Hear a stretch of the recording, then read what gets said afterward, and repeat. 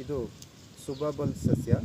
ಈ ಸಸ್ಯವು ಮರವಾಗಿ ಬೆಳೆದು ಈ ಮರದಿಂದ ಬರುವಂಥ ಸೊಪ್ಪು ಕುರಿ ಮತ್ತು ಮೇಕೆಗಳಿಗೆ ಒಂದು ಉತ್ಕೃಷ್ಟವಾದ ಒಂದು ಸೊಪ್ಪಾಗಿ ಒದಗಿಸುತ್ತದೆ. ಆದರೆ ಈ ಸುಬಾಬಲ್ನಲ್ಲಿ ಎರಡು ಪ್ರಮುಖ ದುಷ್ಪರಿಣಾಮಗಳಿದೆ. ಒಂದು, ಮರದಲ್ಲಿ ಉತ್ಪತ್ತಿಯಾಗುವ ಬೀಜಗಳು ಉದುರಿ ನೆಲದಲ್ಲಿ ಅದು ಕಳೆಯಾಗಿ ದುಷ್ಪರಿಣಾಮ ಉಂಟಾಗುತ್ತದೆ. ಅದೇ ರೀತಿ ಇನ್ನೊಂದು ತೊಂದರೆ ಏನೆಂದರೆ ಸಿಲ್ಲಿಡ್ಸ್ನ ತೊಂದರೆ. ಈ ಎರಡೂ ತೊಂದರೆಯಿಂದ ರೈತರು ಬಾಧೆಗೆ ಒಳಗಾಗುತ್ತಿದ್ದಾರೆ.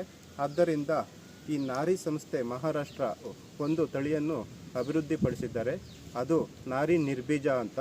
ಆ ನಾರಿ ನಿರ್ಬೀಜ ತಳಿ ನಾವು ಗ್ರಾಫ್ಟ್ ಮಾಡಿ ಅದನ್ನು ಹೊಲದಲ್ಲಿ ಹಾಕಿದಾಗ ಆ ಒಂದು ತಳಿಯಿಂದ ಬರುವಂಥ ಮರಗಳಲ್ಲಿ ಯಾವುದೇ ರೀತಿಯ ಬೀಜಗಳು ಉತ್ಪತ್ತಿ ಆಗುವುದಿಲ್ಲ ಮತ್ತು ಸಿಲ್ಲಿಡ್ಸ್ನ ಪ್ರಾಬ್ಲಮ್ ಸಹ ಆ ಒಂದು ತಳಿಯಿಂದ ನಮಗೆ ಬರುವುದಿಲ್ಲ. ಹಾಗಾಗಿ ಆ ನಾರಿ ನಿರ್ಬೀಜನ ತಳಿಯ ಒಂದು ಸಯನ್ನ ನಾವು ತಂದು, ಈ ರೀತಿ ಸಯನ್ ಇರುತ್ತೆ, ಈ ಸಯನ್ನ ತಗೊಬಂದ್ಬಿಟ್ಟು ನಾವು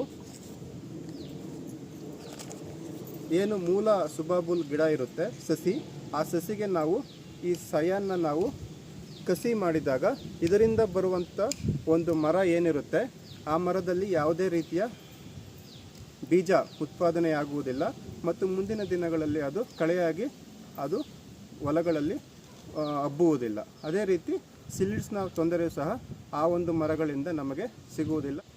ಹಾಗಾಗಿ ಈ ನಾರಿ ನಿರ್ಬೀಜನಿಂದ ಬರುವಂಥ ಮರಗಳಿಂದ ರೈತರಿಗೆ ಮುಂದಿನ ದಿನಗಳಲ್ಲಿ ವರದಾನವಾಗಲಿದೆ ಎಂದು ನಾನು ಹೇಳಲು ಬಯಸುತ್ತೇನೆ.